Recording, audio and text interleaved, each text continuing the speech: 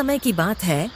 केशव आज अपना घर छोड़कर दरबार का हिस्सा बनने निकला था, पर उसका सफर अभी कुछ वर्ष लंबा था। वह इस समय एक स्वामी जी से मिलने जा रहा था, जिनके राजा से अच्छे संबंध थे। रास्ते में उसे एक भिक्षुक मिला, जो बहुत परेशानी में दिख रहा था। अरे बाबा जी, क्या दिक्कत है? बेटा, पता नहीं, बस अचानक मुझे चक्कर आने लगे। खाना और पानी नहीं मिलने की वजह से परेशानी बढ़ गई है। तुम कुछ मदद कर दो बेटा, कुछ धन हो तो दे दो। बाबा, पैसे तो नहीं है मेरे पास, पर मैं आपकी समस्या का हल जरूर कर दूंगा। वो कैसे बेटा? देखते जाइए, यही इंतजार कीजिएगा, मैं बस कुछ देर में आया। ठीक है बेटा, मैं यही इंतजार करूंगा। केशव पास के जंगल में गया। कुछ देर बीत गई और वह जड़ी बूटियां लेकर वापस लौटा। यह क्या है बेटा? यह औषधि है बाबा, मैंने कई वर्षों तक विद्या ली है और वहीं से सीखी है। इसके सेवन के बाद आपको चक्कर नहीं आएंगे। वाह भैया, क्या बात है। तो तुम ही हो मतलब? मैं कुछ समझा नहीं। मतलब ये कि एक युवक जिसका भविष्य बड़ी ही रुचि से भरा है, मैं आज उससे मिल पाया। आप कौन है प्रभु, और मेरे विषय में कैसे जानते हैं? चाहे वैरागी कहो चाहे राहगीर, क्योंकि बात मेरे विषय में नहीं है, बात तुम्हारे विषय की है। मैं बहुत प्रसन्न हूँ। बुद्धि और सूझबूझ से तुम्हारे हाथों में कुछ नहीं था, फिर भी तुमने तुरंत व्यवस्था कर दी। यह तुम्हारे कौशल का प्रतीक है। आपके प्रोत्साहन भरे शब्दों के लिए धन्यवाद। तभी भिक्षुक ने अपने दोनों हाथों में दही से भरे बर्तन प्रकट किए। यह क्या है बाबा? मेरे बाएं हाथ की दही खाओगे तो धन में वृद्धि होगी, दाएं हाथ की दही खाओगे तो ज्ञान में वृद्धि होगी।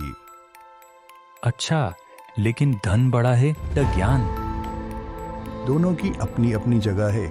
कुछ जगहों पर धन बड़ा तो कहीं पर ज्ञान, पर तुम खुद ही चुन लो। केशव ने दोनों ही बर्तनों की दही चट कर दी। यह तुम्हें दोनों बर्तन की दही खाने को किसने कहा? आपने यह तो कहा नहीं कि एक ही खाना है, और वैसे भी आपने दोनों बराबर में रखी थी, तो मैं कैसे जान पाता कि इनमें से उत्तम कौन सी है? बड़े ही चंचल हो बेटा। यह चंचलता तुम्हारी बुद्धि से ज्यादा प्रसिद्ध होगी। तुम्हारी बुद्धि ही तुम्हारा सबसे बड़ा धन है। जाओ, मेरा आशीर्वाद तुम्हारे साथ हमेशा रहेगा। प्रणाम बाबा जी। इसके बाद केशव अपने सफर पर आगे बढ़ गया। कुछ दिनों का सफर तय करने के बाद वह स्वामी जी के घर पहुंचा। स्वामी जी के कमरे में बैठकर वह उनसे बातें करने लगा। स्वामी जी, मुझे राजा राम कृपा के दरबार का हिस्सा बनना है। मैंने सुना है कि वह बहुत ही बुद्धिमान और दयावान राजा है। हाँ केशव, राजा तो बहुत ही अच्छे हैं। राजा के हर एक गुण है उनके अंदर, पर तुम उनके यहाँ जाकर क्या करना चाहते हो? कुछ करना नहीं है स्वामी जी, बस वहां जिंदगी रोचक होगी ऐसा लगता है। और हाँ, मुझे लिखने का भी बहुत शौक है। केशव ने झोली से एक किताब निकालकर स्वामी जी को दी। स्वामी जी ने किताब पढ़ी और बोले, केशव, ये किताब सच में तुमने लिखी है? जी बिल्कुल। यह किताब तो बहुत ही उत्तम दर्जे की है। तुम बहुत बुद्धिमान हो यदि सच में तुमने ही यह लिखी है। यह तो सब ईश्वर की कृपा है स्वामी जी। अब ये बताइए कि मैं राजा राम से कब मिल सकता हूँ? सब्र रखो पुत्र, पहले मैं वहां जाता हूँ, फिर मौका देखकर तुम्हें बुलवा लूंगा।